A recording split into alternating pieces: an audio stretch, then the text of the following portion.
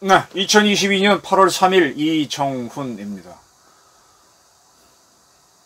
북한이 핵개발하는 자금 어떻게 마련하는지, 그 자금을 대한민국이 만들어준 건 아닌지, 지난번 4조 원 이상의 돈이 국민은행 등을 통해서 홍콩 등으로 빠져나갔다. 아주 이상한 거래다. 이상한 외환 거래다. 라는 건 제가 한번 정리해드렸고, 그 후속탄입니다. 7조 송금. 문재인 당국 묵인 없이는 불가능하다. 북한은 어떻게 핵개발 자금을 마련했나? 제가 차후에 설명드리겠다고 했는데 오늘 약간의 단초가 발견돼서 추가 설명드리겠습니다. 이 사진들을 봐주십시오. 북한이 몇 차례 공개했던 대륙간 탄도미사일을 발사하는 차량들입니다. 대개 뒷바퀴는 2개씩 끼우죠. 한쪽에. 양쪽에 있으니까 4개. 이 바퀴가 몇 개인지 한번 씌워보십시오.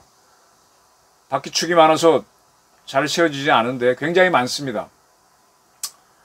요거는 올해 공개된 거죠. 화성 17형. 그때 우리나라에서 그 뭡니까? 걸그룹들이 비디오 찍듯이 김정은이가 나와서 화성 17형 발사 놓고 찍은 동영상인데, 그때 보게 되면 화성 17형 발사하는 TEL, Transport and Erection and Launching, 이동식 발사 차량 트럭 바퀴가 무지무지하게 많습니다. 이런, 그래, 핵미사일은 북한이 개발했다고 칩시다. 돈은 어떻게 마련했든 간에 그 기술은 스스로 어디서 구해갖고 개발했다고 칩시다. 이러한 차량은, 이 발사 차량은 북한이 스스로 만들었을까요? 이 사진을 봐주십시오. 제가 한번 북한을 갔다 온 적이 있었다고 했죠. 평양에서 남포 쪽으로 조금 가다 보면은 통일교가 같이 투자했던 평화 자동차 공장이 있습니다. 그 공장을 방문했을 때 찍은 사진들입니다. 뭐 여러 가지 사진들이 있는데 우리 대한민국 사람은 공개되지 않으려고 하다 보니까 이 2사진만 보여드립니다. 이게 북한의 자동차 산업 수준입니다. 이 차들은요, 지금 봐도 뭐 한 10년도 더 된 거니까, 옛날 사진이니까, 옛날 자료니까 자동차가 지금보다 더 올드형이긴 하지만 우리 눈에 봐도 좋은 자동차가 아니란 걸 알 수 있고요. 더 중요한 거는 북한은 자동차를 생산하지 못합니다. 우리나라도 처음에 현대자동차가 시작할 때는 일본의 미쯔비시 모델 갖고 와서 조립해서 했었죠. 현대 전에 했던 기업이 누구지? 거기도 일본 거 갖고 와서 조립했죠. 일본에서 조립하는 것보다 우리 쪽에서 조립하게 되면 인건비가 싸니까 그 인건비 따먹고 했지 않습니까? 북한의 자동차 산업은 지금은 오히려 더 퇴보했을 겁니다. 각 나라가 유엔 제재가 들어갔기 때문에 뭐 할 게 없습니다. 이렇게 자동차 산업이 형편없는 북한이 대륙간 탄도미사일을 발사할 수 있는 상당히 정밀하고 초대형 저런 트럭을 운영하고 있습니다. 저 트럭은 어느 나라 걸까요? 정답부터 말씀드릴게요. 이미 우리나라의 네티즌들이 찾아냈습니다. 이거 중국산입니다. 중국은 우리 현대 자동차도 베이징 현대 기차라는 이름으로, 걔는 자동차를 삼수변에 기운 수련할 때 기차 써서 그걸 자동차를 기차라 그러죠.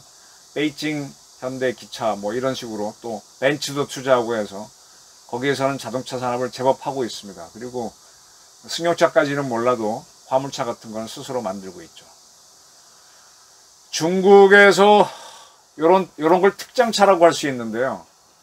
요런 거는 이런 미사일 발사하기 위해서 바퀴 많은 이런 거는 컨테이너 트럭을 토대로 하는 거긴 하지만, 컨테이너 트럭도 컨테이너 사이즈가 정해져 있잖아요. 근데 미사일은, 대륙간 탄도미사일은 길고 준중거리는 좀 짧고, 그러니까 차도 그에 따라 왔다 갔다 하기 때문에 이건 맞춤형입니다. 이런 트럭은 상대적으로 비쌉니다. 주문을 해야 만들어주는데 중국 기업들이 만들어줬습니다. 컨테이너 트럭도 아닌 이런 미사일 발사 차량을 중국은 만들어 줬습니다. 상당히 비쌀 겁니다. 가격은 안 알아봤는데 이 돈을 북한은 어떻게 마련했을까요? 오늘 동아일보에 상당히 흥미로운 기사가 나왔습니다. 제가 지난 방송에서 김대중 정권에서 박지원이가 개입해서 북한에 송금한 사건이 있었을 때 그때 우리 측에서 돈을 보내는 방법을 제가 설명드렸었죠. 그래서 미국 재무부의 OFAC라고 하는 달러가 어떻게 이동하는지 늘 감시하는 기관이 있는데 그 기관을 속이기 위해서 우리 외환은행이 대북 송금을 담당했다. 그리고 저는 그때 그 실무자를 만나서 취재를 했다고 말씀드렸는데 제가 그 사람 밝힐 수 없다 그랬는데 오늘 그분이 동아일보에 직접 기사를 썼습니다. 누구냐? 오늘 8월 3일자 또 동아일보 바로 이 기사인데요. 화약고 같은 외환거래 촘촘히 관리해야, 이런 제목인데 이거는 이 제목을 뽑은 편집하는 친구가 이 기사 이 기고문을 뭐라 그럴까 주제를 딱 파악하지 못해서 두리뭉실하게 한 걸로 표현되고 제가 달았으면 다리 달았을 겁니다. 필자는 백성기 씨로 돼 있네요. 바로 이 사진에 나오는 이분입니다. 본인이 밝혔습니다. 전 외환은행 외환사업본부장. 이분은 이 기고문에 이렇게 썼습니다. 직접. 필자는 2000년 대북 송금의 실무 책임자로 연루돼 고초를 겪은 바 있다. 평생 몸바쳐 일한 외국한 전문 은행인 외환은행이 자취도 없이 사라지는 아픔도 겪었다. 본인이 그때 김대중 정권의 국정원 부탁을 받고 돈 보내는 건 이분들이 전문가죠. 그래서 이분들이 한국계 외국인 계좌를 거쳐서 중국 인민은행일 겁니다. 거기에 개설된 북한 창구로 돈을 보내는 일을 했습니다. 그게 이제 여러 군데를 손세탁이죠. 여러 군데 계좌를 거치면서 가는 과정에서 하루 늦어졌기 때문에 북한은 2000년 남북 정상회담을 하루 연기했던 거죠. 돈을 받은 다음에 하려고.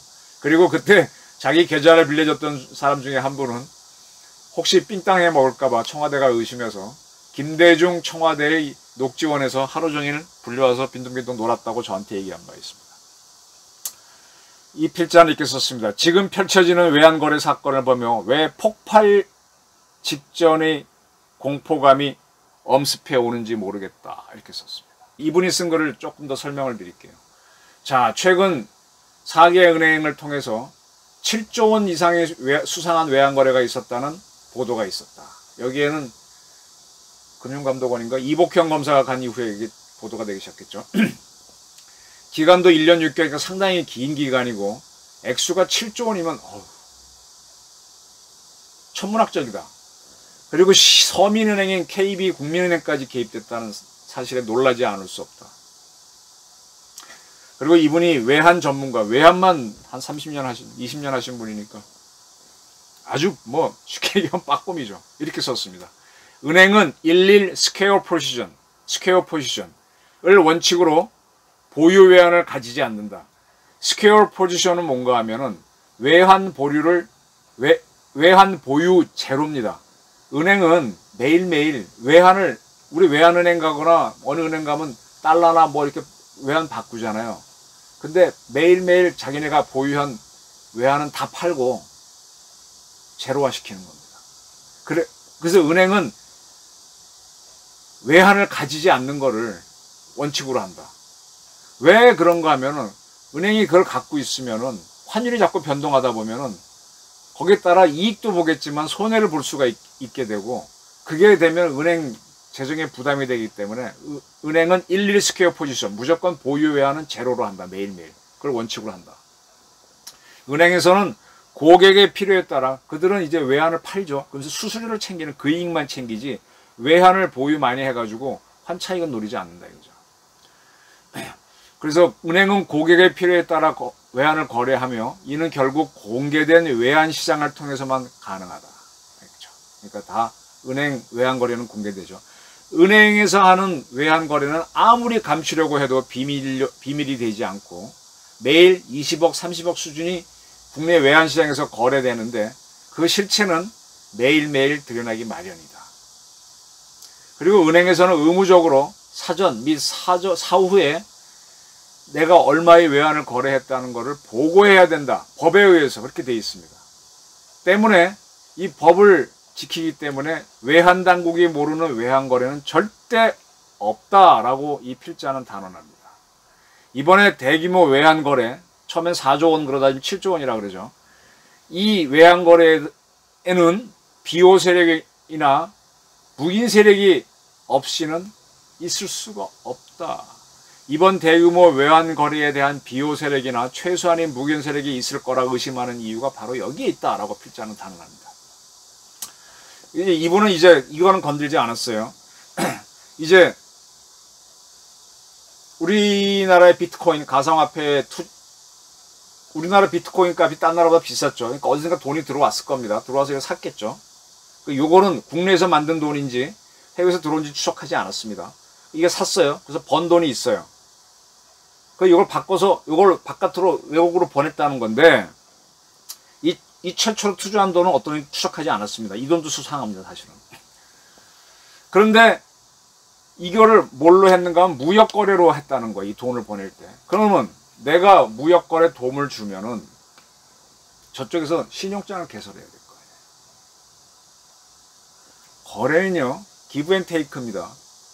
내가 교회 가서 헌금하거나 절에 가서 시주하는 거는 그냥 일방적으로 주는 거지만, 거래는 기브앤테이크, 철저히 기브앤테이크입니다.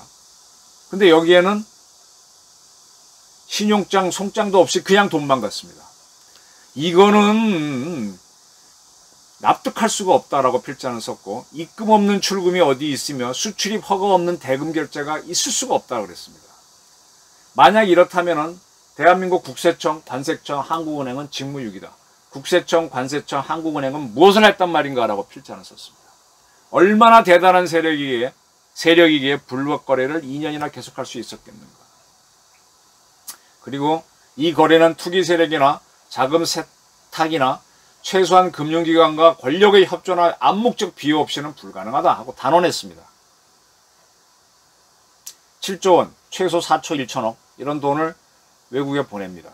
1년 6개월에 걸쳐. 여러 사람 명의를 썼다가 대구에 있는 한 기업 명의를 통해서 쫙 나갑니다.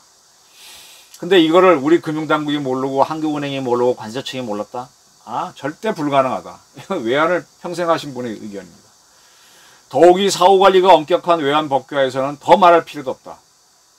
근데 문제는 사태는 여기서 끝나지 않는다. 이 불법 송금 때문에 한국이 IMF 같은 외환위기를 당할 수 있다라는, 이분은 얘기하지 않았지만 제 해석은 그겁니다. 조심하셔야 됩니다, 한국은.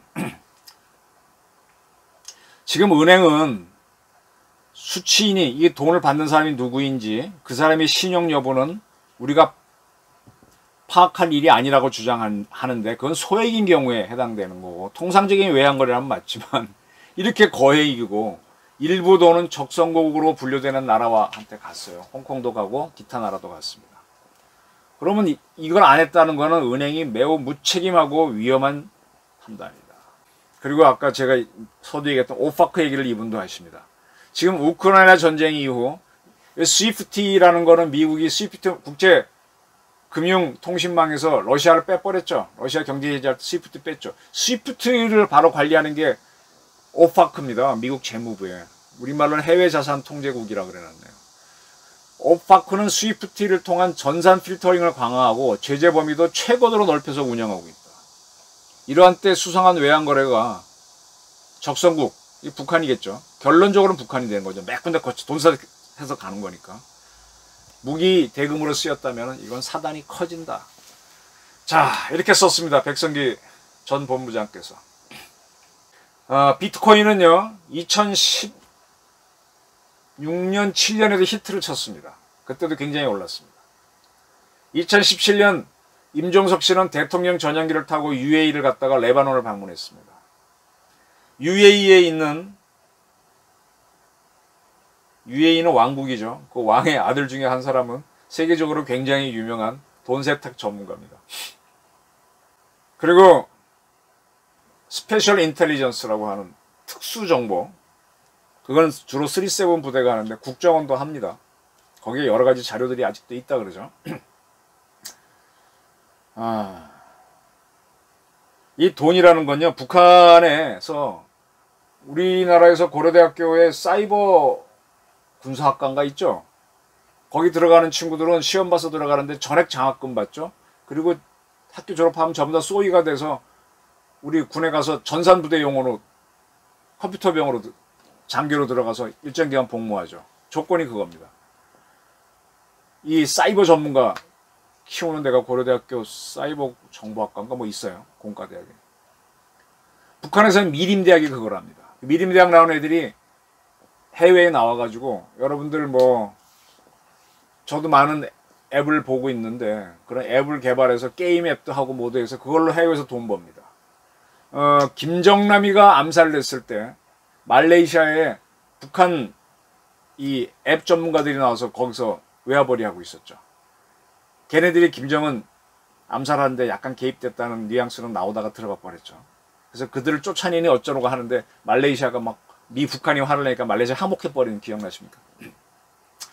그런 친구들이 이제 중국에도 와가지고 저 같은 사람을 상대로 아마 해킹도 시도할 거고 저는 제 이메일이 안전하지 않고 핸드폰 안전하지 않다는 걸 알고 있는데 뾰족한 수는 없습니다. 저야 별거 아니지만 우리 국정원이나 청와대 상대로는 상당히 할 겁니다. 그러면서 여러분들 뭐 유튜브 같은 거 보게 되면 음란 사이트 들어가시고 동영상 보실 텐데 그 북한 애들이 만드는 것들이 있어요. 그거 들어가서 북한 애들은 거기서 돈 벌어갖고 공작 자금을 만드는 겁니다. 그런 활동을 하면서 얘네들이 이제 돈을 만드는 일을 합니다. 그 돈은요 어디선가 뻥 튀기면 좋아요. 비트코인처럼 막 10배, 20배 오르면 참 좋죠. 그게 한국 시장에서 만약에 한국에 돈 집어넣습니다. 근데 이때 누군가 협조를 해줘야죠. 그리고 그게 빠져나올 때도 누가 협조를 해줘야죠. 2000년 남북정상회담 때 불법 송금에는 국정원이 뒤를 봐줬고 김대중의 국정원이 외환은행이 실무를 담당했고 그리고 거기에 도움을 줬던 계좌 임자는 제가 두 사람을 안다고 한국계 외국인이다. 근데 그 사람들도 국정원이 국정원 신세를 졌으니까 해준 거죠. 그래서 그렇게 누군가가 봐주면은 돈을 불려갖고 어디로 뺍니다. 거기서 몇 바퀴 돌리죠, 형식적으로. 왜냐하면 아직도 뭐라 그러나 조세 피난처가 있기 때문에 돌릴 수 있어요. 그리고 최종적으로 아마 중국으로 들어옵니다. 그러면 중국한테 북한이 여러 가지 물자를 수입하는데 돈을 줘야 될 거 아니에요. 김정은이가 와인 좋아하는데 와인값도 줘야 되고 뭐도 줘야 되고 그럼 그 돈으로 그 돈을 주는 겁니다. 그 돈이 매우 많기 때문에 북한이 필요한 미사일 발사 차량도 그 돈으로 사서 들어가게 하는 겁니다. 들어가게 하는 걸 겁니다. 제가 확인을 안 했으니까. 북한 정부 예산 하나도 필요 없습니다. 비트코인은 지금은 좀 정부 제재가 있지만 2017년 전하고 요 사건 일어날 무렵에는 없었죠. 김치 프리미엄이 있어서 한국은 비트코인 투자하면 돈 떼돈 벌었었죠. 요 부분이 지금 이복형 검사가 간 금융감독원인가요? 금융원인가요? 거기서 지금 탁 조사하다가 멈춰서 있습니다. 국정원도 이거 알 겁니다. 한국은행도 다 알 겁니다. 그럼 이게 뭐냐? 지금 윤석열과 문재인 간에 거대한 싸움이 들어가는데 어쩌면 윤석열 대통령의 약점을 문재인이 쥐고 있을지도 모릅니다. 지금 윤석열 대통령이 주춤주춤하고 하는 게 여러 가지 사정이 있을 거예요. 이 부분을 우리가 밝혀내지 못하고 미국이 밝혀내서 어쩌고저쩌고 하게 되면은 IMF 외환위기 같은 거는 아마 각오를 하셔야 될지도 모릅니다. 백성기 본부장도 그게 두려워서 이런 동아일보에 특별히 기고를 하신 것 같아요. 무슨 얘기였냐? 지금은 아직 확인되지 않았습니다. 북한이 우크라이나로부터 RD-250 엔진을 갖고 와서 그걸 토대로 백두산 발동기를 만들고 그걸 토대로 화성 13, 15, 17 ICBM을 만들었습니다. ICBM 엔진을 만들었고 핵탄두는 파키스탄 기술을 갖고 와서 만들었죠. 근데 그 돈은 어떻게 마련했을까요? 유엔 제재가 다 들어가고 있는데 우리나라 기업체에서 돈을 줬다 그러면 기업체에서 재정이 비니까 빵꾸 나는데 뭔가 폭등한 거에서 뺐다 그러면 가능하죠. 근데 그 돈 나가는 거는 우리 외환당국, 관세청, 국세청, 한국은행이 다 봅니다. 근데 4조 원 이상이 나갔습니다. 7조 원이라고 합니다. 근데 그 시절에 우리 이 세 기관은 입 다물고 있었습니다. 지금은 뭐라고 얘기합니다. 은행은 우리가 이 돈이 어디로 가는지 받는 사람이 누군지까지는 확인할 의무는 없다고 하는데 글쎄요. 그리고 여기서 지금 조사가 멈춰져 있습니다. 7조 송금, 문재인 당국 묵인 없이는 불가능. 이거는 거의 100% 사실일 겁니다. 북한은 어떻게 핵개발 자금을 마련했나? 제가 물음표 붙였는데, 자, 이거는 앞으로 같이 캐 나가시기로 하시죠. 네. 경청해 주셔서 감사합니다.